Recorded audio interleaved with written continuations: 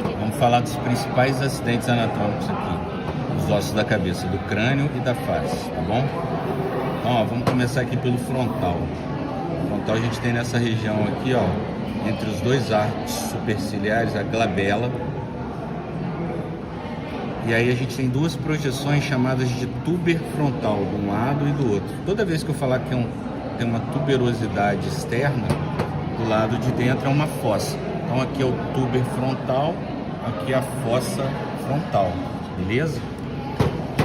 Uma outra coisa interessante do frontal é uma linha que vem lateralmente a ele aqui, ó, chamada de crista lateral do frontal. Essa crista lateral do frontal, quando ela chega no parietal, ela se ramifica em duas linhas, linha temporal superior e linha temporal inferior. Na linha temporal superior se insere a aponeurose do músculo temporal. Na linha temporal inferior, o músculo temporal propriamente dito, tá? O osso frontal também ele é interessante porque ele forma o teto da órbita. A órbita ela é formada por 7 ossos. Um desses 7 ossos é o frontal, que forma o teto da órbita. E a gente tem dois acidentes anatômicos interessantes aqui também, que são os forames supraorbitais de um lado e do outro. Quando o forame ele não está completo, como nesse caso aqui, ao invés dele ser chamado de forame, ele é chamado de incisura. Incisura supraorbital ou forame supraorbital. O que passa pelo forame supraorbital? Passa o feixe vásculo nervoso supraorbital, beleza? Ainda no frontal a gente tem aqui na região orbitária duas fossas. Uma fossa externa chamada de fossa troclear, fossa lacrimal, que se insere, localiza a glândula lacrimal.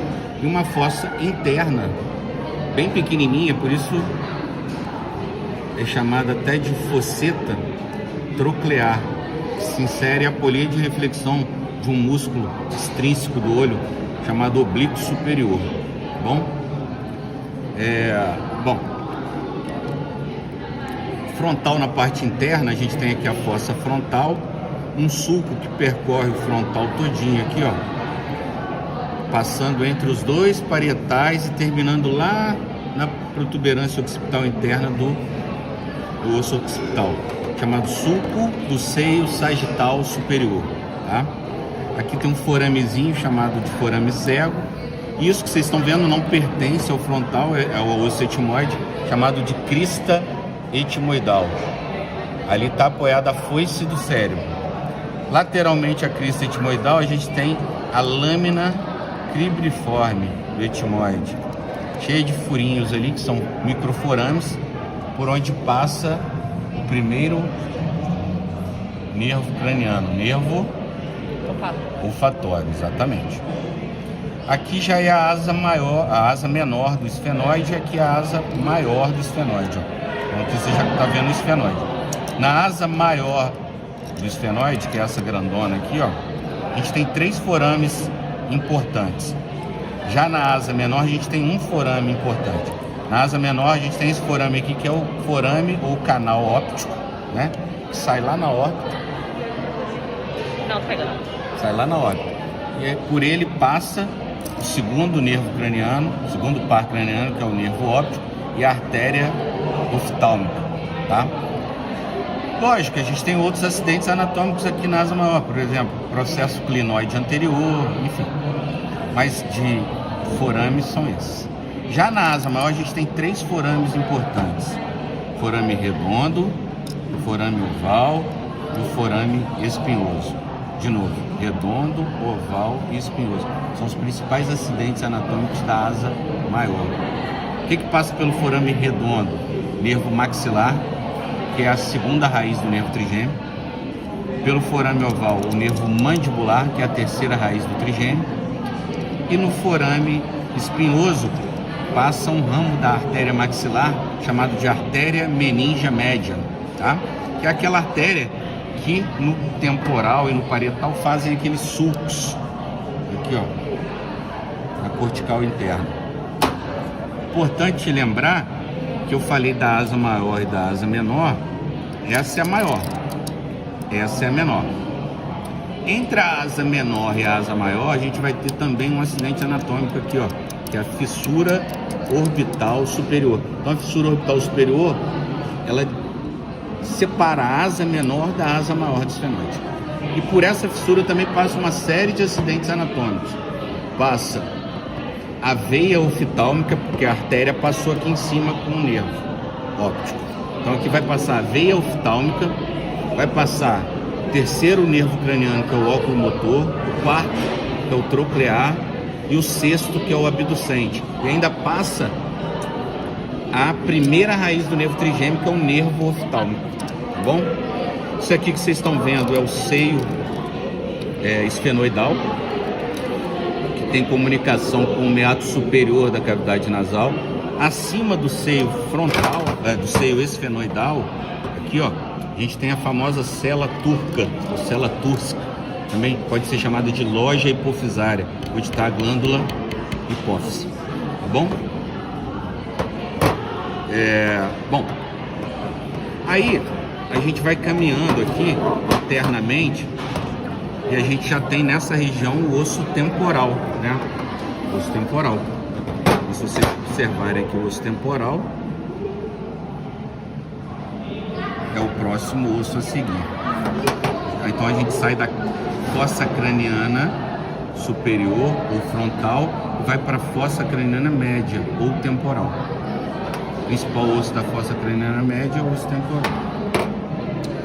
Bom, quais são os principais acidentes anatômicos aqui dessa região?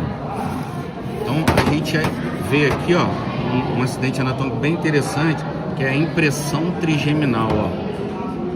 A impressão trigeminal, ela fica no ápice do rochedo temporal ou da parte petrosa do osso temporal. A impressão trigeminal, nesse acidente está localizado o gânglio do nervo trigêmeo.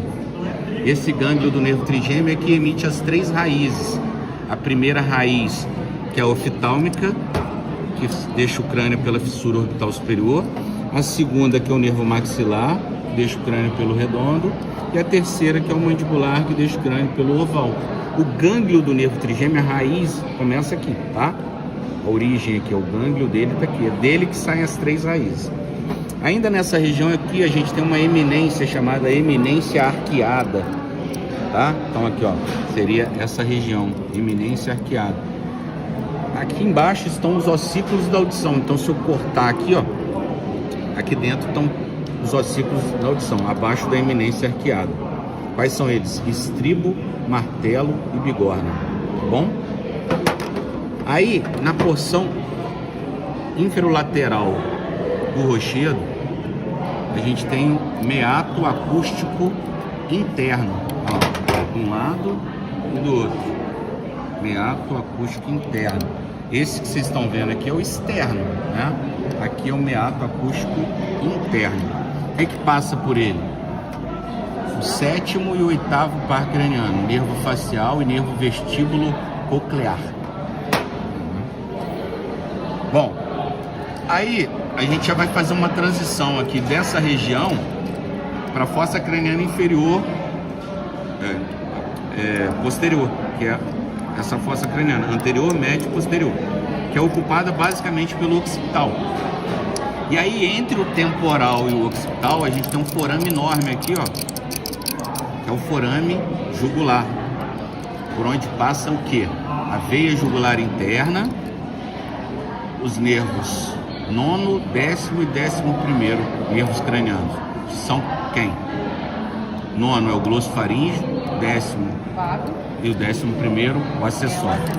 Muito bem, isso aí. Aí já no occipital a gente tem aqui um tubérculo chamado tubérculo occipital, tá? Cujo abaixo dele tem um outro forame importante, que é o forame ou canal hipoglosso. Forame ou canal hipoglosso, por onde passa o 12º nervo craniano, que é o nervo hipoglosso. E aqui o forame magno, que é o maior forame do crânio, né? O que passa por ali? O bulbo né? Bulbo, mais o que? Nervo espinhal, artéria vertebral. E ainda passa também, mas assim, não vem ao caso, porque poucos livros retratam, o nervo acessório, que é o 11º par craniano, ele tem um componente que passa inferiormente aqui também, tá? É a alça do nervo acessório, mas tá, beleza. Aí aqui a gente tem duas fossas inferiores e duas superiores. As superiores são as fossas cerebrais e as inferiores as fossas cerebelares. Então aqui está o cérebro e aqui o cerebelo. Nessa região aqui, ó, chamada de clivo, é que se apoia o bulbo, por onde passa aqui pelo forame magno. Então o bulbo está aqui, cérebro e aqui o cerebelo. E aqui seria o clivo. Aqui é o clivo, onde está o bulbo. Bulbo. Bulbo, né? É, bulbo, beleza? Lembra aquele sulco do seio sagital superior? Começa aqui, aí passa entre os dois occipitais e ele chega aqui, ó, nessa região chamada de protuberância occipital interna, ou também conhecida como confluência dos seios. Os seios venosos da cabeça se confluem aqui, ó, e eles chegam aqui e são drenados lateralmente por sulco do seio lateral. E esse sulco do seio lateral, ele desce como se fosse em S aqui, ó, pelo sulco sigmoide, terminando no forame jugular. Então, ó, todos aqueles vasos coletores da cabeça que vão passando por esses sulcos, sulco do seio sagital superior, lateral e sigmoide, vão chegar aqui no forame jugular e aqui vai descer com o nome de veia jugular interna, junto com aqueles nervos. Beleza? Bom, internamente, ainda queria mostrar para vocês que os ossos da calota craniana, eles têm uma cortical externa, né? Uma cortical interna, um osso mais compacto, e no meio um osso esponjoso, conhecido como díploe. Tem uma função extremamente importante de proteger a nossa massa encefálica, né? Esse osso esponjoso, ele funciona como se fosse um amortecedor de impactos, protegendo o nosso encéfalo contra traumatismos cranianos. Então, normalmente, num impacto forte na calota craniana, às vezes a gente tem uma fratura da cortical externa, mas a díploe e a cortical interna se mantém íntegra. Mostrei casos clínicos para vocês lá na aula, né? E aí o que acontece? Na região anterior, aqui, ó, na região frontal, a gente tem a cortical externa e a cortical interna e não tem díploe. Então a gente tem aqui dentro o seio frontal, né, que por sua vez se comunica com a cavidade nasal também, lá no meato médio. Então o seio maxilar e o seio frontal se comunicam com a cavidade nasal no meato médio. O seio esfenoidal se comunica com a cavidade nasal no meato superior. E aí, por que nessa região a gente não tem díploe? Porque aqui está o seio frontal. Por isso que impactos na região frontal causam muita fratura da cortical externa.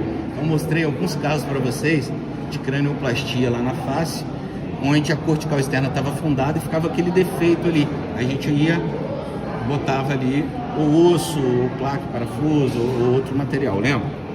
Então exatamente por isso. E falando dos seios paranasais, para ela aqui, ó, os seios paranasais são 4 seios paranasais. O que são seios paranasais? São cavidades que compõem os ossos da cabeça, tá? Cercam, lateralizam, estão comunicadas com a cavidade nasal. E a principal função dos seios paranasais é filtrar, aquecer e umedecer o ar que a gente respira. Além disso, essas cavidades nos ossos da cabeça deixam a cabeça mais leve. Então, a cabeça fica mais fácil de ser suportada pela musculatura do nosso tronco. Bom, esses seios paranasais são chamados paranasais porque eles se comunicam com o nariz. Já que eles aquecem, filtram e umedecem o ar que eu inspiro, esse ar, quando eu puxo, ele precisa passar por esses seios. Então, todos esses seios paranasais se comunicam com a cavidade nasal. O seio frontal se comunica com a cavidade nasal no meato médio da fossa nasal. O seio esfenoidal no meato superior, o seio maxilar no meato médio também. Então, em resumo, no meato médio se comunica o seio maxilar, o seio frontal e as células etimoidais anteriores. Já no meato superior, o seio esfenoidal e as células etimoidais posteriores e médias. Tá bom? Bom, aí eu vou virar para vocês aqui, para vocês poderem ver que o mesmo acidente anatômico que a gente vê internamente, a gente também vê por outras vistas. Então, por exemplo, o forame óptico, o canal óptico aqui, que está na asa menor, ele aparece aqui numa visão orbitária também. Olha lá. Então, forame óptico. A fissura orbital superior, você vê por aqui, você também vê por dentro da órbita. Tá vendo? Os forames, por exemplo, oval e espinhoso, do mesmo jeito que você vê internamente, você vê por fora. Olha lá, oval e espinhoso. O jugular que você vê por aqui, você também vê por aqui, ó.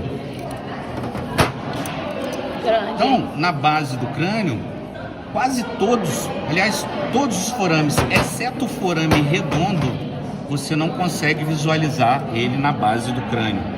Todos os demais forames que você vê aqui, e o meato acústico interno também, tá? Todos os demais, esses dois, o meato acústico interno e o redondo, você não vê na porção inferior.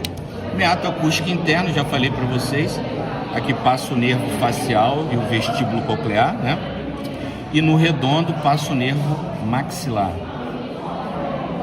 O redondo, você vai ver ele aqui, ó, por dentro da órbita.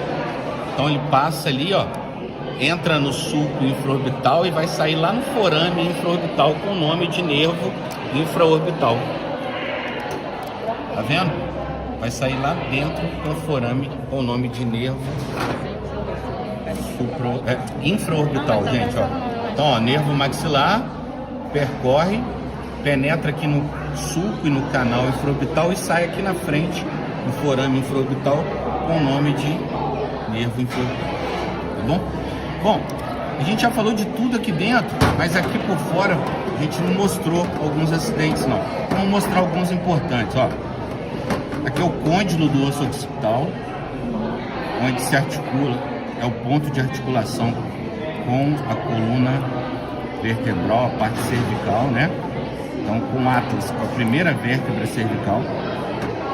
Aqui a gente tem um pontinho espinhoso chamado de tubérculo faríngeo e lateralmente duas fossinhas chamadas de fossetas naviculares, tá?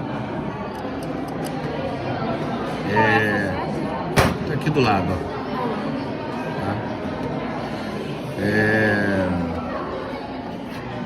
Aí a gente tem abaixo do côndilo o forame ou canal hipoglosso, onde passa o 12º par craniano.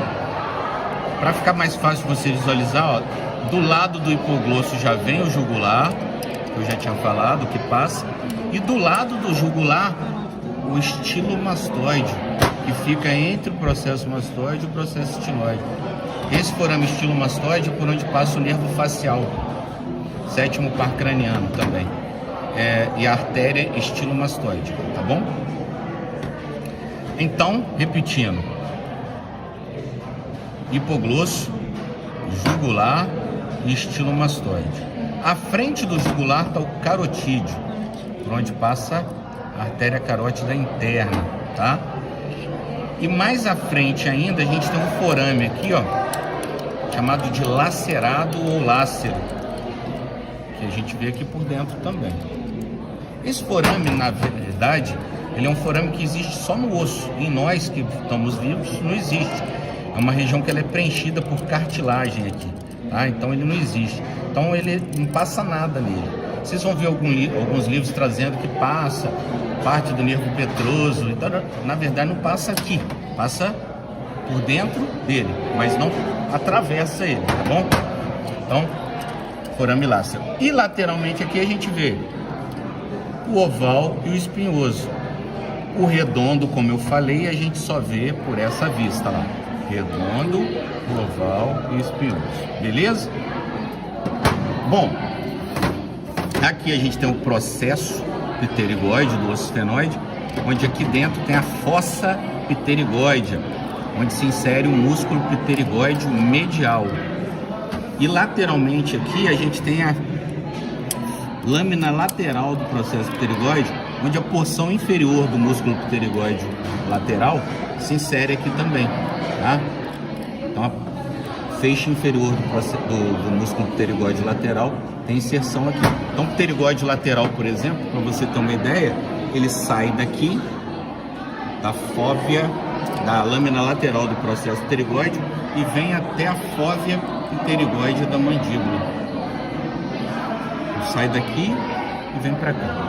O músculo pterigóide medial, ele sai da fossa pterigóide e vem até a face interna do ângulo. O músculo masseter, ele sai aqui, ó, a porção inferior do osso zigomático e do arco zigomático e vem até a face lateral do ramo. O temporal, ele sai, ele tem origem aqui, ó, na linha temporal inferior, né? Na linha temporal inferior aqui, e assim seria aqui, ó, na crista temporal, aqui, ó, na borda anterior do ramo, mais precisamente no processo coronoide do osso da mandíbula, então crista temporal, tá, o processo do músculo pterigóide. Deixa eu ver se a gente pode explorar mais alguma coisa bacana aqui. Bom, aqui essa região é chamada de coanas ou conos, enquanto a abertura anterior da fossa nasal é chamada de abertura piriforme, tá? Aqui a gente tem o forame infraorbital. Abaixo dele duas fossas chamadas de fossas caninas de um lado e do outro. Essa fossa canina, na verdade, ela corresponde à parede anterior do seio maxilar. Se eu fizer um orifício nela aqui, ó, a gente observa o seio maxilar lá dentro, tá vendo? Tá? Aqui tem uma espinha nasal, que é a união da maxila direita com a esquerda, forma essa projeção chamada de espinha nasal anterior. Essa espinha nasal anterior, lateralmente a ela, de um lado e do outro, a gente tem duas fossinhas pequenininhas, chamadas de fosseta incisiva, onde se insere o músculo depressor do septo nasal. Na fossa canina, só por curiosidade, se insere o músculo elevador do ângulo da boca, tá bom? Aqui é o processo alveolar, e nessa região a gente tem um acidente anatômico que divide a maxila em região anterior e posterior, ou póstero-lateral, que é a crista zigômato-alveolar, ou zigomático-alveolar. Essa crista, tudo que está à frente dela é a região anterior da maxila. Atrás é a região posterior. Essa região posterior da maxila é chamada de tuberosidade ou túber da maxila, tá? Tuberosidade ou túber da maxila. E ela se une ao processo pterigóide do osso esfenoide, formando aqui até um sulco chamado de sulco pterigomaxilar. E depois forma uma fossa interna aqui, ó, grande, ó, chamada de fossa pterigopalatina, onde está o gânglio pterigopalatino. Na maxila ainda, na parte do palato, a gente tem três forames básicos, né? Um forame anterior aqui, chamado de forame nasopalatino ou incisivo. Um outro forame chamado de palatino maior. E dois ou três microforames palatinos menores ou acessórios. Então, por aqui passa o nervo nasopalatino ou incisivo, palatino maior e palatino menor. Na verdade, nervos e vasos, né? Um feixe vásico nervoso. Incisivo ou nasopalatino, palatino maior e palatino menor, tá bom?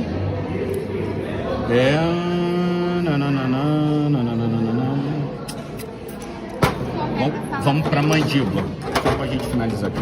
Então, mandíbula. Mandíbula é dividida em corpo, que é essa parte, é o corpo da mandíbula.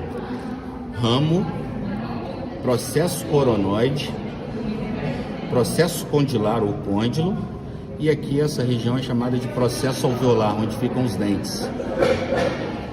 O corpo, essa região, o ramo, processo coronoide, côndilo e o processo alveolar. E essa porção inferior da mandíbula é chamada de base da mandíbula ou superfície basilar.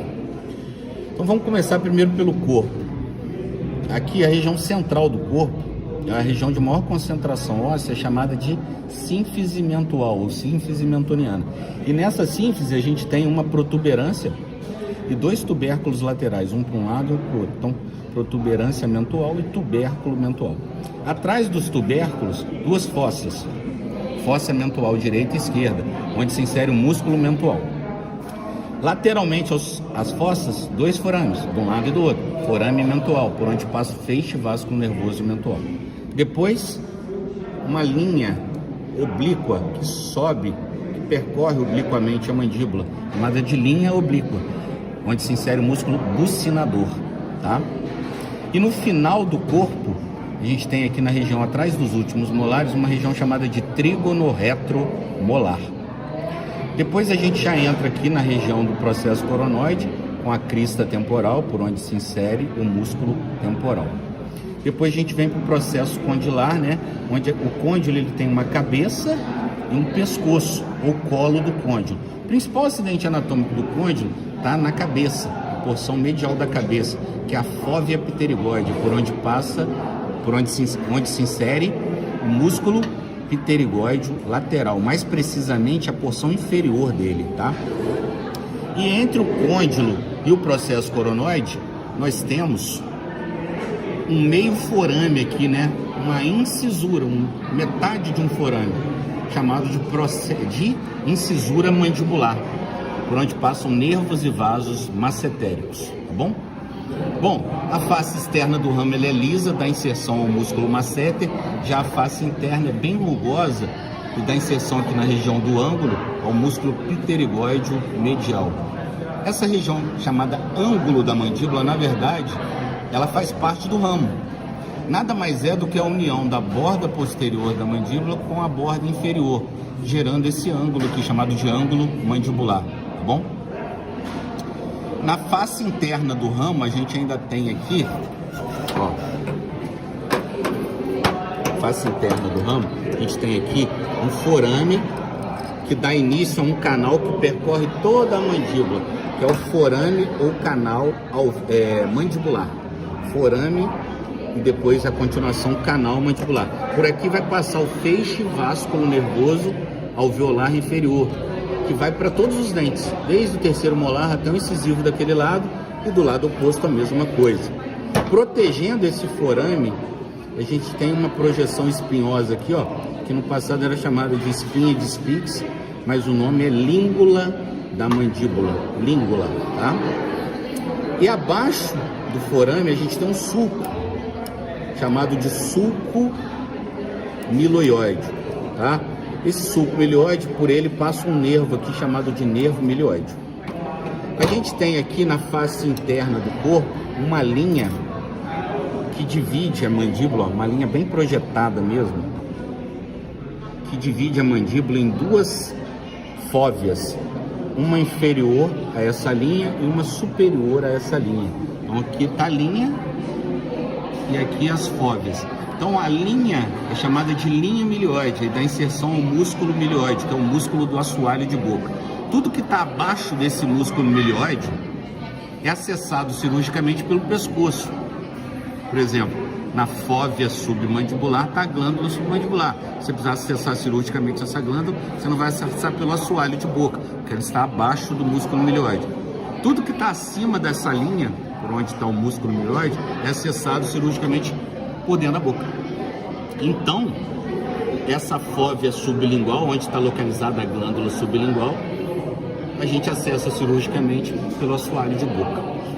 As três glândulas salivares estão extremamente relacionadas à mandíbula. As três principais glândulas salivares. Sublingual na fóvea sublingual, a glândula submandibular na fóvea submandibular e a glândula parótida aqui, ó, na borda posterior do ramo.